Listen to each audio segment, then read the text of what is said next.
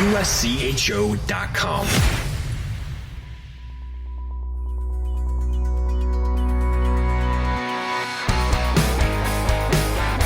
Welcome to USCHO Weekend Review for Monday, December 12th, where each week we look back at the highlights of the weekend and at the news of the week. This podcast is sponsored by DCU, Digital Federal Credit Union. What will DCU mean to you? Find out today by visiting dcu.org.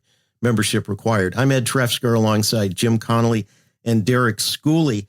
We touched on the PairWise last week. We're going to dive in a little bit more today. But there's some interesting things showing up in there. Minnesota and Quinnipiac, of course, the way they've been playing, they continue to lead.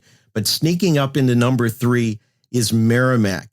Has everybody been ignoring the Warriors? And I guess I could step back and say, do people ignore teams that haven't traditionally been up there when they start to climb the rankings and the polls and the standings?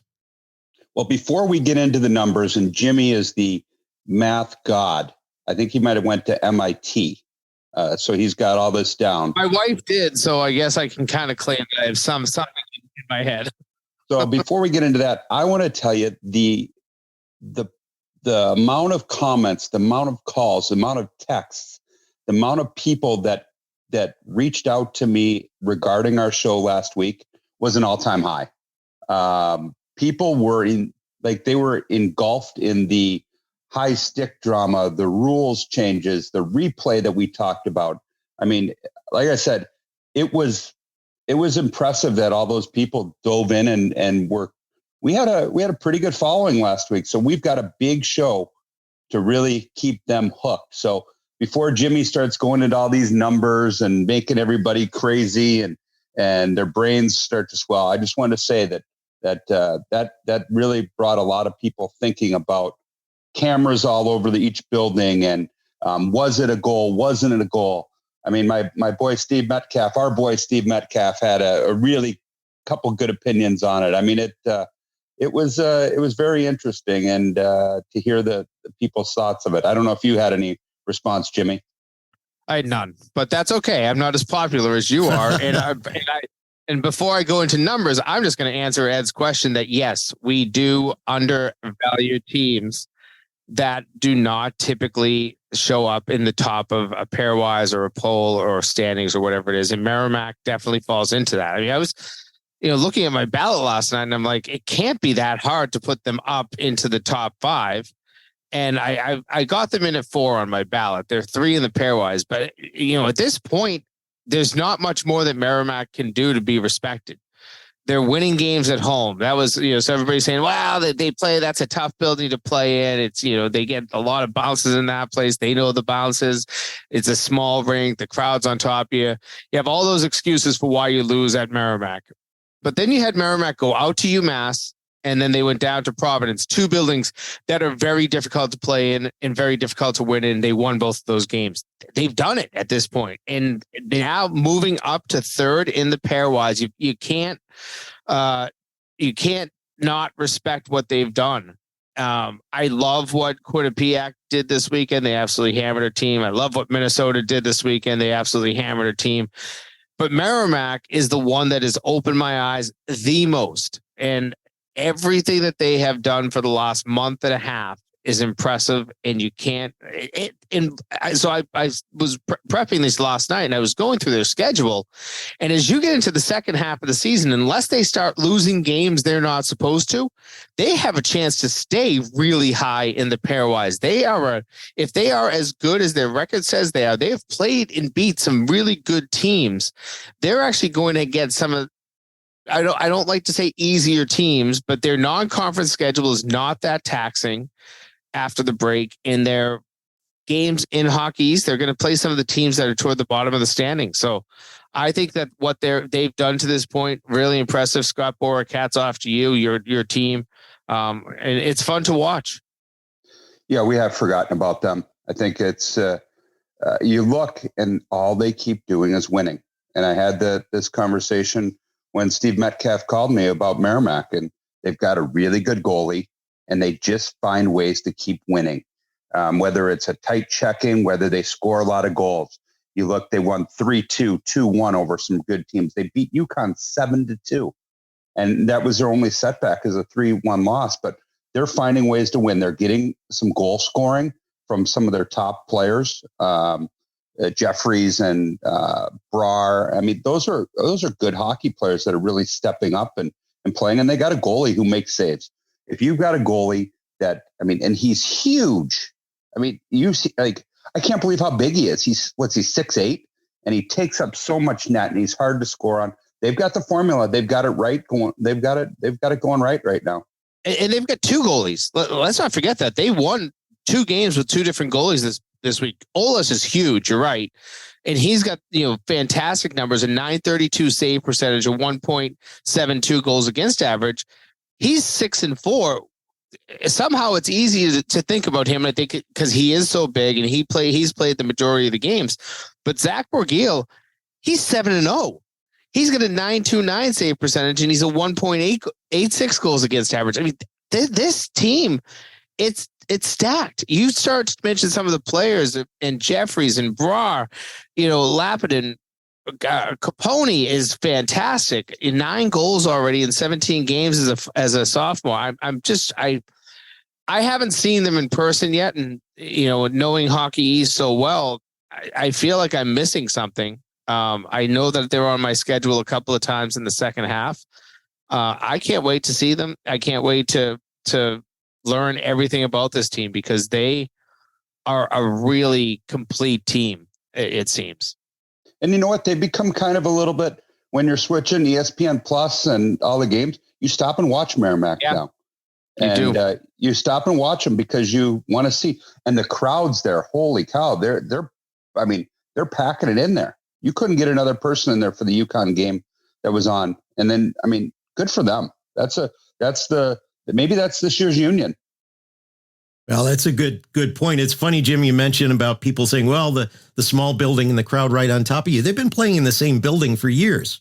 So you can't blame that. Since their Division II days, there has been no changes over there. They put some lipstick on the building, but that's all it is. And Derek, to answer your question, I did get some feedback. And one of the things I learned is that a lot of people base their opinions on reading a headline, and a lot of people do not have good reading or listening comprehension. I'll just leave it at that. But the Warriors, is there anything else? What do they have to do to get people's attention? Make the Frozen Four, win a national championship, and then people will take them seriously? I don't think there's anything more they can do right now except keep winning. They've been in this position before under Mark Dennehy, where they had a fantastic team. I'm kind of blanking. I think they got to a Hockey East final. They lost a heartbreaking game, I believe it was to Notre Dame in a regional, where they lost a late lead and then ended up falling in overtime on kind of an own goal. A defenseman came out the wrong position, put, with the assistance of a little bit of a good forecheck, put the puck in his own net in OT. And so this program's been close at the Division I level. I know back in the 80s, they had some great success at D2 and then moving up to D1. But, what Scott Borwick has done, they had a good year going into the pandemic, and then that got cut short. They started to have a good season again last year. They got cut off in the playoffs by a Lowell team that was pretty good. I feel like this Merrimack team, of course, winning a Hockey East tournament and winning a national tournament is difficult because it's all one and done. So you have one bad night and suddenly you erase all your hopes and dreams. But you also can go on a run, and this team, certainly they seem to be very comfortable in 1-goal games. I love teams that can win those 1-goal games, because you see it too often. Teams either find a way to win or they find a way to lose. And there's usually not too much of a middle. And if you can start winning your 1-goal games like they have, you're dangerous in the postseason. Well, let's take a look at Quinnipiac. We've been seeing lots of big scores around college hockey this season.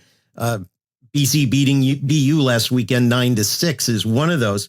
But Quinnipiac put up 16 goals this weekend. They beat RPI 8-3 and Union 8-1. And on top of that, held Union to no shots on goal in the second period. So they're doing it at both ends of the ice. Those kind of numbers, even against maybe lower half of Division kind of middle of Division I opponents really has to get your attention. They're a truck right now, and it's hard to stop them when you're putting up 8 goals a game back-to-back nights, and you've got a lot of different players. There's not a single person on their roster that has 10 goals at this point, but you have a lot with 9 and 8 and 7 and 7 and 7 and 6. I mean, a lot of good players contributing. And on the back end, you still have Yanni Peretz, who has been fantastic since he was put in the nets last year, in a competition with a goaltender who had a great career transferring in, and Dylan St. Cyr. Peretz has been fantastic. And like you said, their defense, I mean, this has kind of been the model that ran Pecknold's best teams, his national finalist teams in 2013 and 2016. Those teams, both were built on getting to the net, finding ways to score goals, really crashing the net. And that's what watching tape from them from this weekend, they were hammering the front of the net. And all of their goals were coming from an area of 15 feet in, it seemed. And then on the back end, they don't let anything up. Fantastic team. We've been saying it for a while. They can easily be a number 1 team. Right now, I think it's hard to pick between number 1, 2, 3, and 4. It was for me, at least this week. But Quinnipiac is doing the right things. This is a team. We say that the ECAC is weak, but when you have to play in a weak league, you've got to play strong, and they're still perfect in the ECAC. They are very difficult to beat. In their last 4 games, averaging 6 goals. Think about that.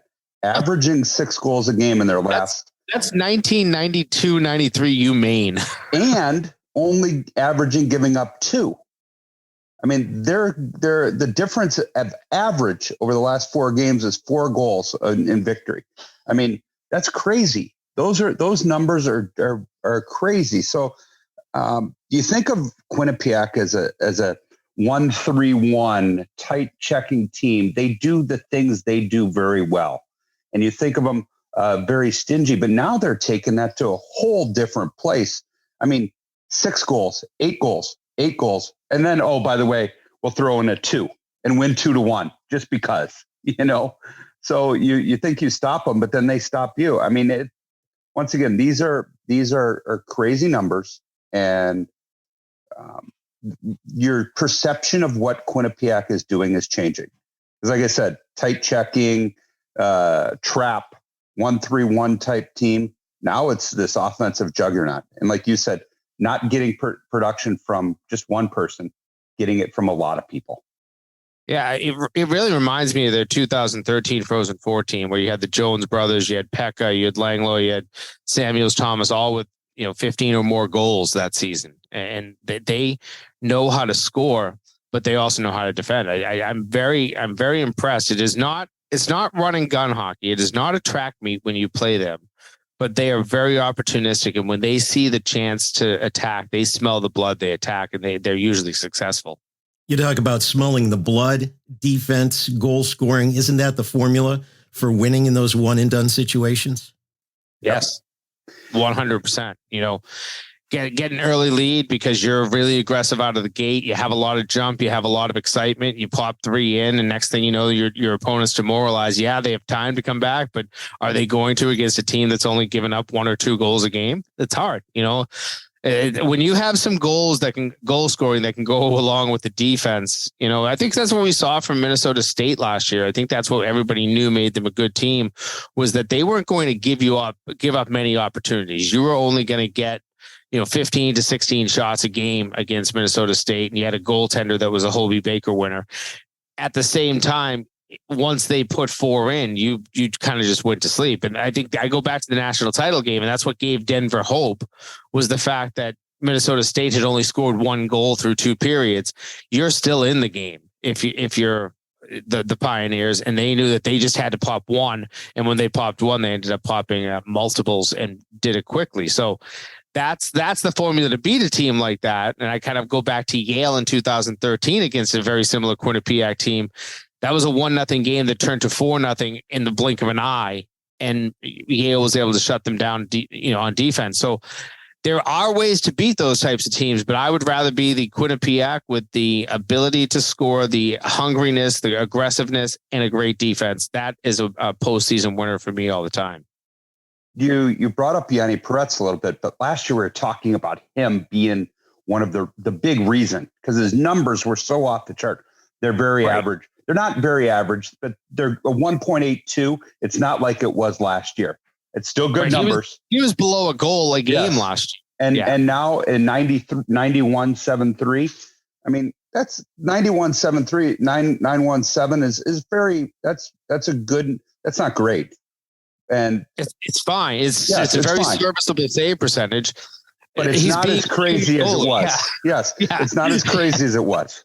Well, we talked about Maine-like numbers for Quinnipiac. It seems like it's 1993 all over again in Minnesota with the numbers of goals they're putting up. Big numbers last weekend at Michigan State, and then at home 7-1 and 6-4 over Wisconsin. These teams, just like Quinnipiac, the Gophers are just scoring in buckets. Yeah, they have some real scorers. You know, they have 3 on their roster: Snuggerud, Schooley, and Matt Nyes. Those guys are unreal. They have plenty of other guys that can put the puck in the net, but when you have that trio coming at you, and especially on the power play, they're deadly. And these are young guys that are just skilled. But they're not going to be in college hockey for long, but they all have so much talent. And when you have that scoring, you're going to get those 5, 6, 7 goals a games, as you've seen over the last couple of weekends for Minnesota. And on the back end, I feel like they're playing, serviceable in net. Again, we're going to go to numbers, Derek. A 2.16 goals against for Justin Close and a 918 save percentage. I think same exact percentage nearly that Peretz had. Not going to knock you over with those numbers, but when you're putting 5 or 6 goals up in the other end, no problem. Yeah, I watched part of their game against Wisconsin, and they came in waves. I mean, they just came at waves and kept scoring and scoring and scoring. And the first night, and then the next night they got a big lead and then kind of let Wisconsin back into it. But their offense, I mean, Logan Schooley obviously is going to be in and out pretty quickly.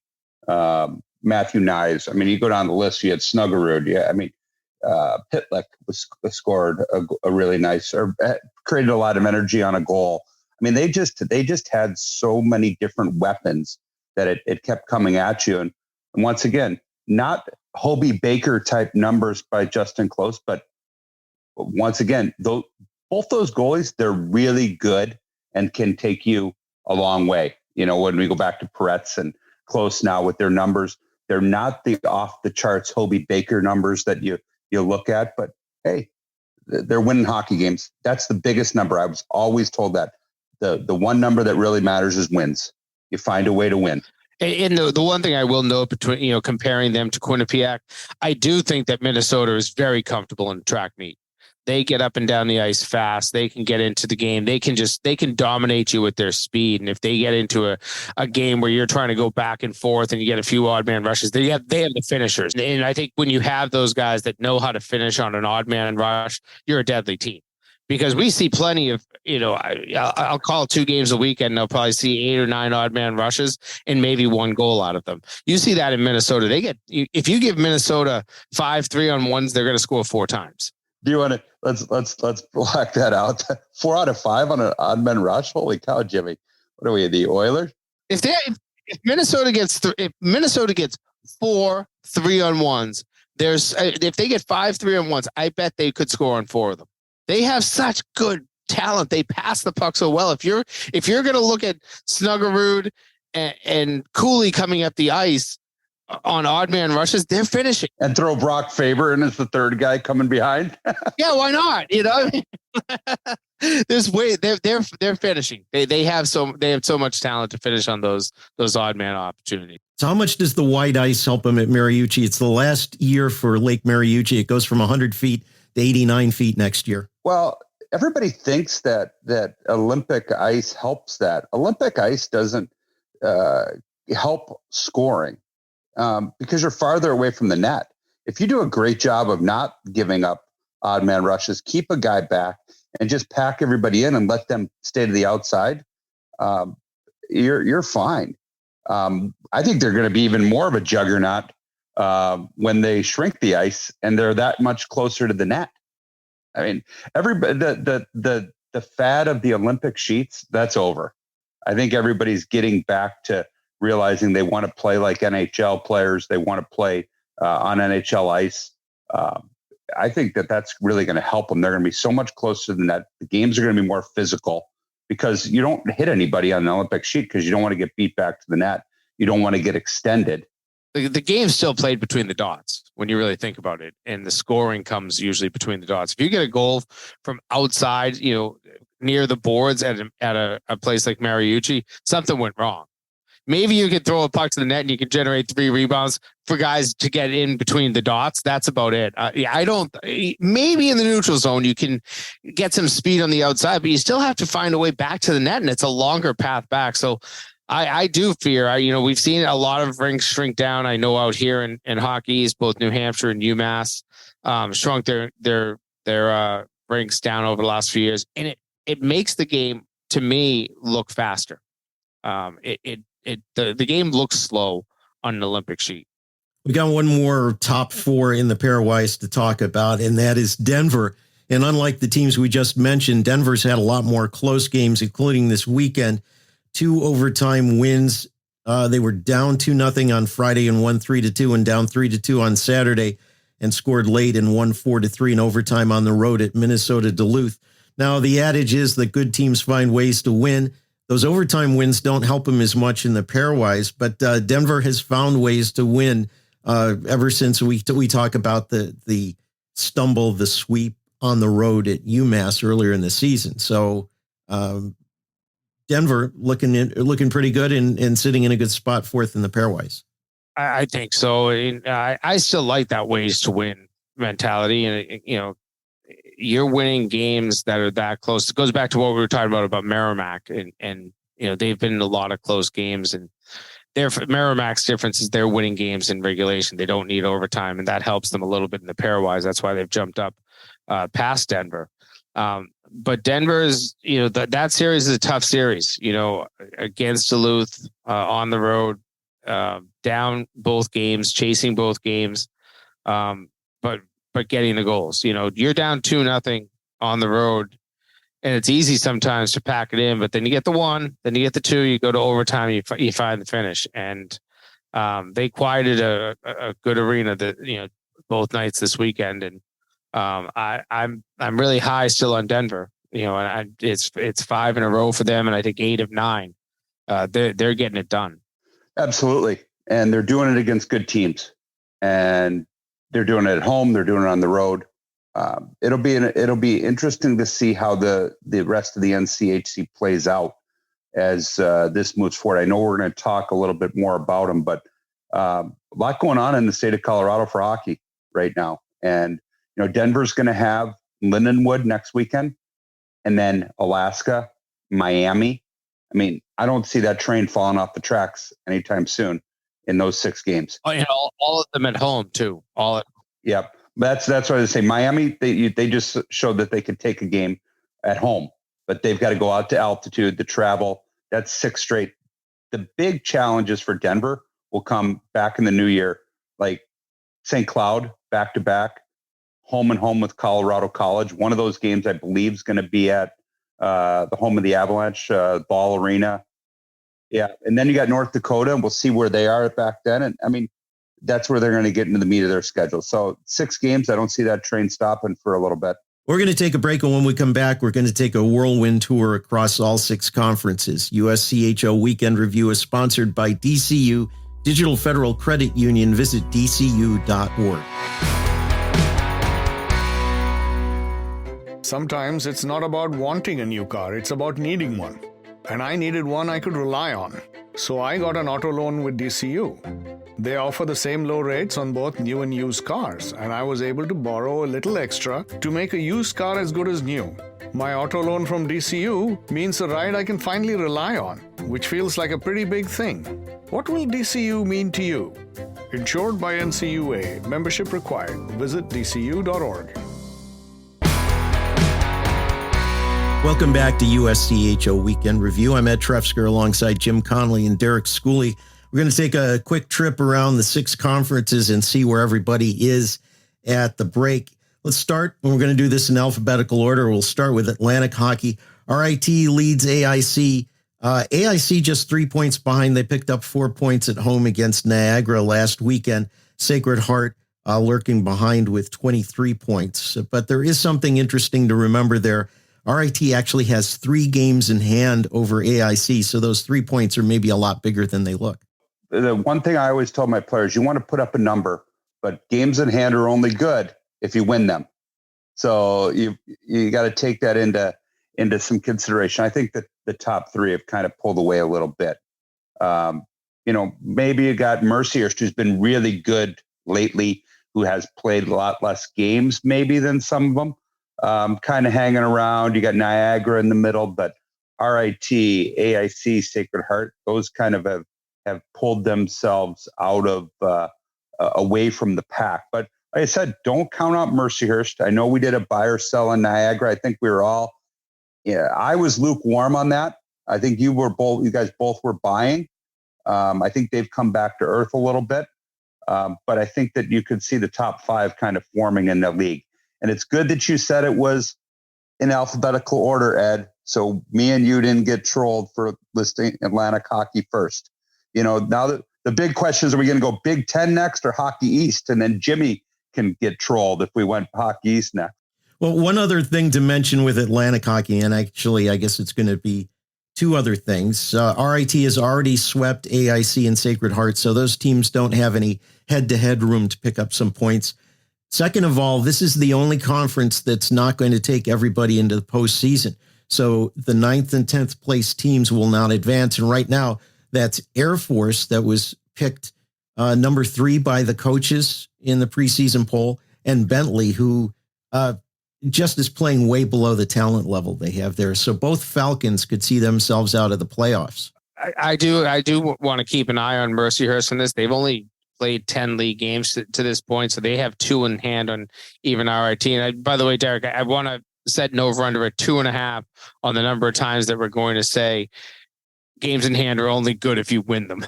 Because that, as we go through these 6 conferences, we're going to have to talk a lot about games in hand. But that is the one thing I love, the golf final round of a golf tournament mentality. Get the number posted.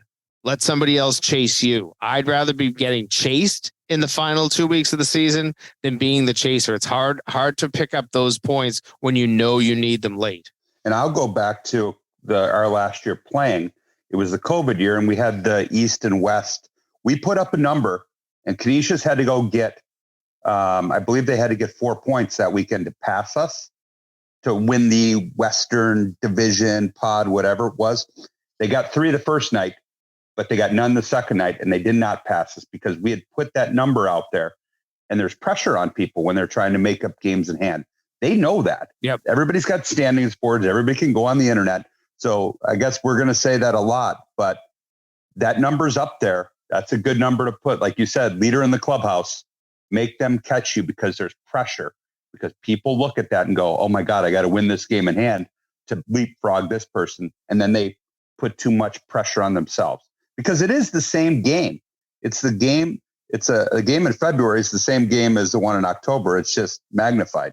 Well, let's look at the Big Ten. Minnesota is a juggernaut right now. They've got an 8-point lead over Penn State. The Nittany Lions have been doing well. Michigan State with a split with the Wolverines, a great weekend for them.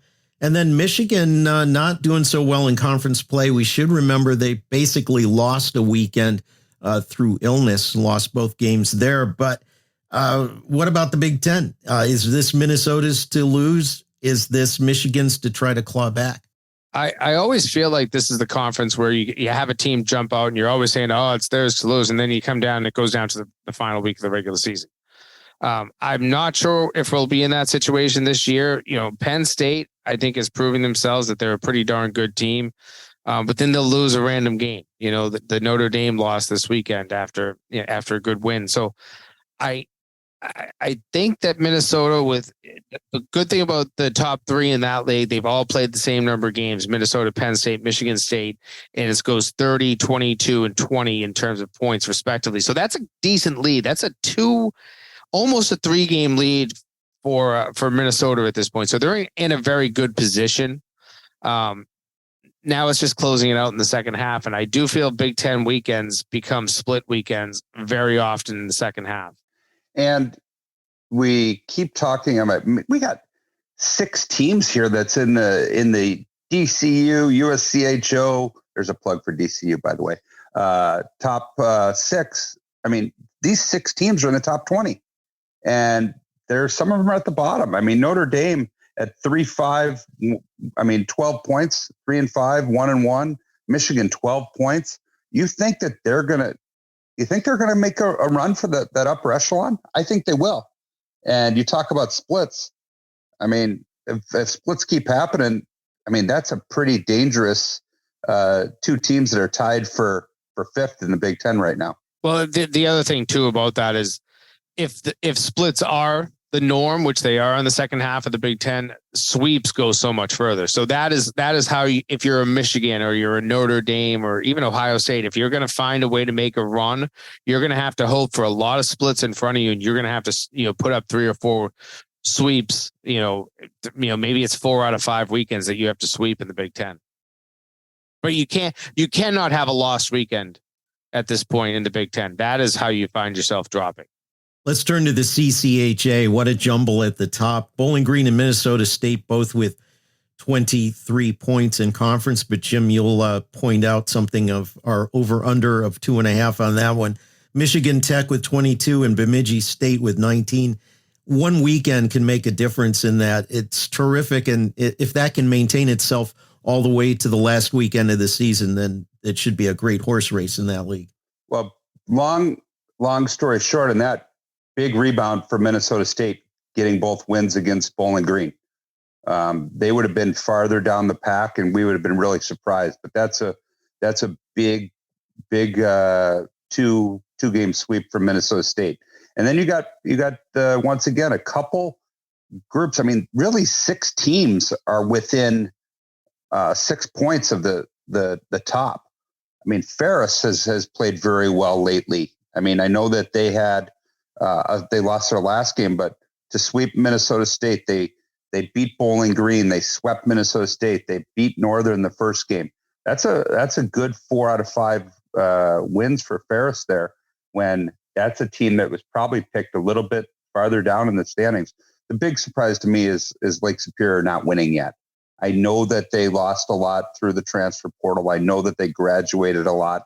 I know that it's a new team, but Damon's had them going there the last couple of years. And I thought that they wouldn't miss a beat. And at 2-12-2 overall, and losing to St. Thomas, I mean, they're on a little bit of a tough road right now. They did take a game against Bemidji this past weekend, but that's the surprising one to me in that league. And then you got a little jumbled mess up top.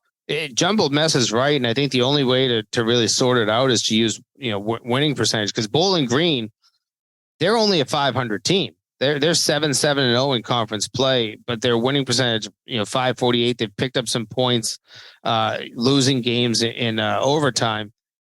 I just look at, you're still looking at Minnesota State after the sweep this weekend. They're still the highest winning percentage, and the team that's right behind them, Bemidji, 5-2-3 with a shootout win, an overtime win, and an overtime loss. They have 19 points, 4 points back of Bowling Green with, as we're going to throw it again and again, games in hand. Will they win those games in hand? Who knows? But, excuse me, when you look at their winning percentage, they're right in back of Minnesota State. They might be sitting in 4th place right now, but one weekend they could be in 1st. Let's turn to the ECAC. We talked about Quinnipiac. They're 10-0. They're putting up goals like crazy. They're 11 points ahead of Harvard, which is 7-1, and 2 of those are overtime wins. Let's also not forget at 6-2 in the league, Don Vaughn's Colgate Raiders are just 3 points behind Harvard with 16. Yeah, I mean, Quinnipiac's rolling. There's no way to look at it differently. That is going to be hard to catch. Maybe Harvard or Colgate, because I can't even say that Colgate's like within reach. They've got to almost double their points to date. And they have 2 games in hand on Quinnipiac. I get that. Harvard does as well. But Quinnipiac needs to lose if teams are going to have a chance of catching them. Right now, they're not showing signs of losing. Scoring 8 goals a game this weekend. I just look at this as maybe the one league. I don't like to coronate early, but this is the one league you could almost crown a champion already. it will be very hard to catch Quinnipiac. I just don't see them going through one of those 3 or 4 or 5 game losing streaks or losing 5 of 7. That's what it would take to fall apart at this point. So I feel like this is easily Quinnipiac's lead to win. Right now, Quinnipiac has gotten 30 out of 66 points. If they get half, that would give them 48 points. That would mean that to catch them, that Harvard or Colgate would pretty much have to run the table in the second half of the season. So you're probably about right. And you know what? You didn't even go to MIT, or your wife didn't either, I bet. You know, Jimmy's did. So he's got the math down. I'm more intrigued by the race for the first round bye. You want to coordinate a champion. Colgate, Cornell, Princeton, St. Lawrence, all within a point. 2 of those 4 go. You got Clarkson lurking a little bit, but I mean, there's games in hand. But Princeton, good for them, making a little hay this year compared to where they've been so far. They're 6-7 overall, but you've got a little bit of I keep using the word jumbled mess, but you got a little bit of a log jam there battling for that last home ice spot. And, don't count out Clarkson. Clarkson's a good team that just hasn't got it really rolling yet. So you got Colgate, Cornell, Princeton, St. Lawrence, and the North Country, Clarkson, all within that little shouting distance for the last 2 first-round byes. Well, let's move on to Hockey East. This one is pretty hard to decipher because the number of games played is a mess, and Jim's going to sort it out for us. But right now, UConn and Merrimack sitting in the catbird seat. Anything else surprising about Hockey East right now, Jim? I'm going to jump back to using winning percentage and the fact that Merrimack is an .818 winning percentage in Hockey East. The closest team to them, UConn, at .643. Yes, they're tied, but 3 games in hand. Merrimack will have going into the break here. So that's a lot of opportunity to get points if Merrimack, as we say, it's very hard to win those games in hand sometimes. But the teams I look at, because of the scheduling, you had Belfast this year, you had Frozen Fenway. Games had to get moved. And I think that is kind of giving us a really lopsided number of games because you have UConn that's played 14. And then you have teams like UMass Lowell and Maine. They've only played 8 games in the league. UMass has only played 9.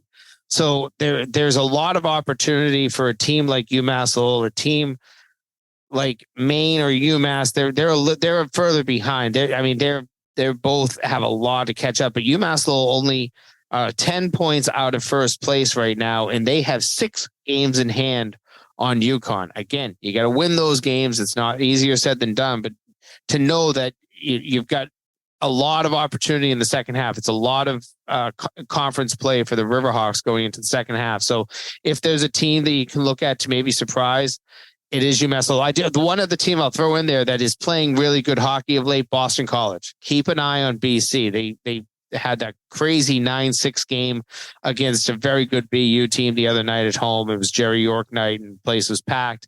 But I think that they've played good hockey of late, 5-3-3 in the league. They've lost a couple of really close games in that too. So that's a team that could have been in an even better position, but they're right there in the middle, sitting there in 6th place. Crazy game. I was out to dinner and it was on ESPN. You could see it, and it just kept scoring goals.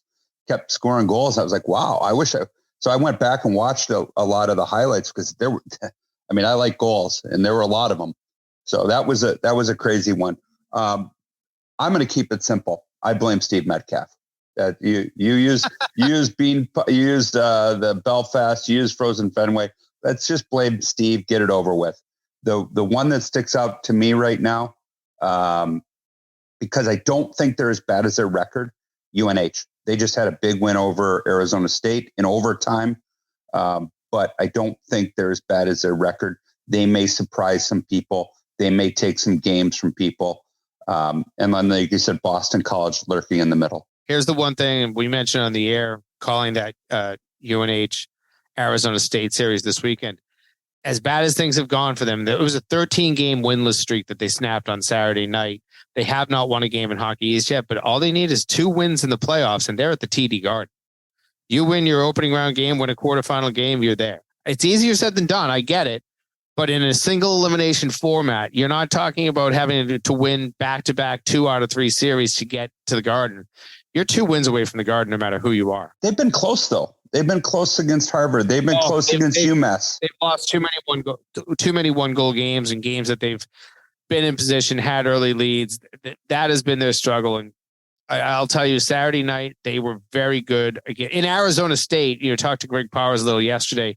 He said that he thought their team was better on Saturday than it was on Friday. They just, pucks were bouncing better for UNH on Saturday. I think you're right. They're down at the bottom. I mean, this is a team that is so far out of it at this point, but they're not a bad team. Let's wrap up our tour around the conferences with NCHC. Hats off, as Jim pointed out to us before we got on, that they've got an even number of games across the board. So no games in hand, but I mentioned it. So we're over the 2.5.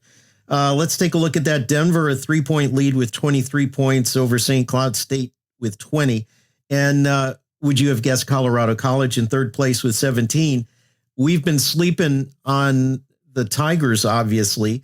They're 8-9-1 overall, but 5-4-1 in the NCHC after they swept Omaha. And there's nobody else in the league over 500. This is not the NCHC we're used to. Colorado College has been pretty good lately. You go back to, they got a game at Duluth where we talked earlier how it's hard to win there. They got points on the road against Miami. They were on the lion's share of the points. They got more than the 3 because they tied the one night. I mean, and then did pretty well against St. Cloud, and then to get points against Duluth again, and now to sweep Omaha. Good for them. They got the new rink. They're using the energy. They've got a freshman. They're building young, and they're doing a good job. So Colorado College is kind of the surprise of the middle there. I think the one that we always keep going back to is North Dakota. Everybody keeps waiting for North Dakota to be North Dakota and get on a roll. And you got the top 2 with Denver and St. Cloud, which is probably what we kind of expected. And you got the bottom with Western Michigan and North Dakota and Duluth chasing Omaha and Colorado College. Would you ever have imagined that at the beginning of the year? No, North Dakota is the shocker. And this is not a North Dakota team that is, could miss the NCAA tournament and say, oh, we had those 2 losses to Canisius. This is a team that is way out right now. I mean, not even close to an NCAA tournament berth. Forget about not close to the top of the NCHC standing, sitting down there in 7th place out of 8. CC, though, I guess that is my big surprise to this point, and credit to them, the way that they've played. But I guess I had maybe that expectation that this could happen with Chris Mayotte behind the bench. He's a fantastic coach. He had a great track record everywhere he's been. He's done a great job. I think that he was a great choice for that job when it became open. And I guess I am surprised. Of course I'm surprised, because I still looked at that as the CC that had kind of really fallen from the teams of the early 2000s.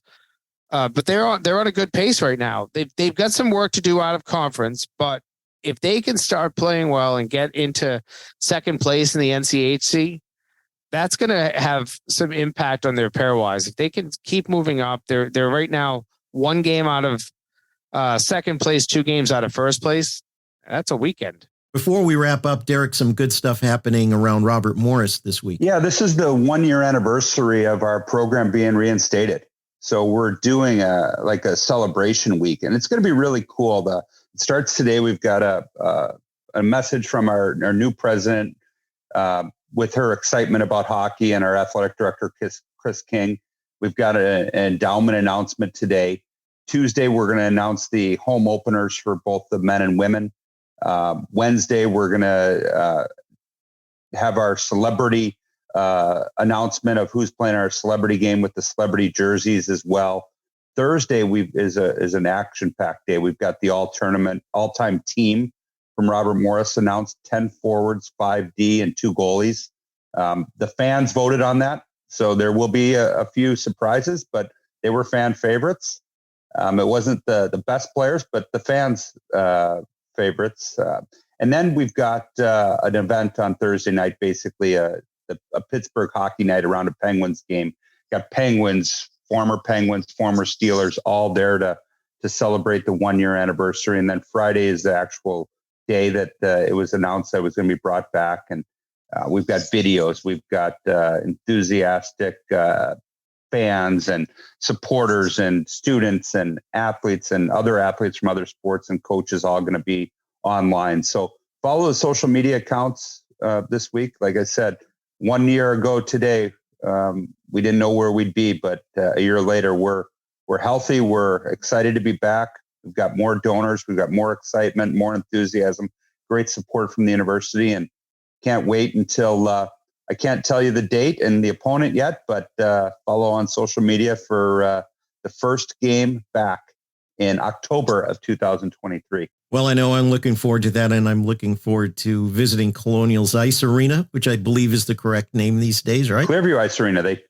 We got another sponsor involved, so at Clearview Federal Credit Union. But we're always excited to have Ed in our building. I'm always excited to be there. He'll be back to chirping me and calling me names and being the RIT homer he is instead of on the podcast with him every week. Well, and it'll also be nice to see our friends Tim and Mike, who are on your broadcast too. Yeah, good dudes, and we're excited to be back. I just don't know how we're going to find another out of work coach to fill this void next year, because I don't think that we can make this podcast the same without you, Derek. You've been fantastic for the last year and a half. Maybe I'll have to be like if we're an off week or something good. Who knows? Maybe I can still do it. We'll just have to negotiate with Tim to see if there's something new that I can get in my contract other than just a trip to the Frozen Four. Well, there you go. Yeah. Next year you have to earn your own trip. USCHO Weekend Review has been sponsored by DCU Digital Federal Credit Union. Visit dcu.org. Find our podcasts at uscho.com/podcasts or subscribe on your favorite podcast app. For Jim Connelly and Derek Schooley, I'm Ed Trefzger, and this has been USCHO Weekend Review.